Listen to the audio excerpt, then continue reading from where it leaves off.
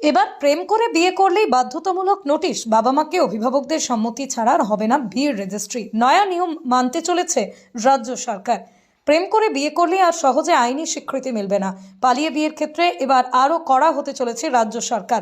প্রশাসনিক সূত্রে জানা গিয়েছে, প্রেম করে বিয়ে কিংবা পালিয়ে বিয়ের আগে বাধ্যতামূলকভাবে বাবা মায়ের কাছে নোটিশ পাঠানোর নিয়ম চালু করার ভাবনা চলছে। মন্ত্রিসভার চূড়ান্ত অনুমোদন মিললেই এই নয়া নিয়ম কার্যকর করা হবে। সরকারি সূত্র অনুযায়ী চলতি মাসের 17ই ডিসেম্বর রাজ্য মন্ত্রিসভার বৈঠকে বিবাহ রেজিস্ট্রি সংক্রান্ত একাধিক গুরুত্বপূর্ণ প্রস্তাব পেশ করা হয়েছে।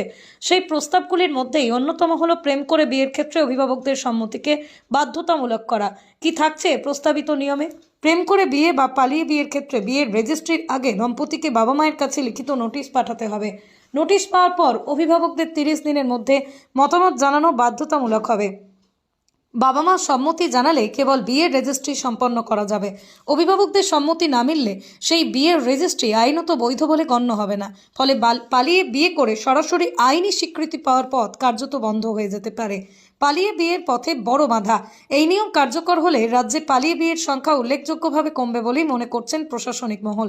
প্রেমের বিয়ে হলেও পরিবারকে অন্ধকারে রেখে আইনি বৈধতা পাওয়া আর সম্ভব হবে না, এমনটাই ইঙ্গিত দিচ্ছে প্রস্তাবিত বিধি। আধার কার্ডেও কড়াকড়ি।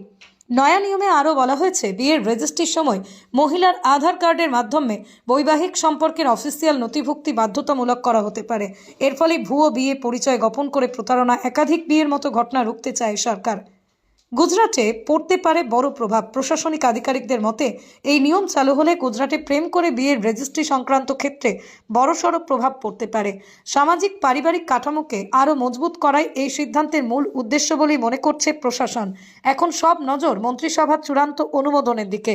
সবুজ সংকেত মিললে রাজ্য সরকার আনুষ্ঠানিকভাবে এই নিয়ম জারি করবে।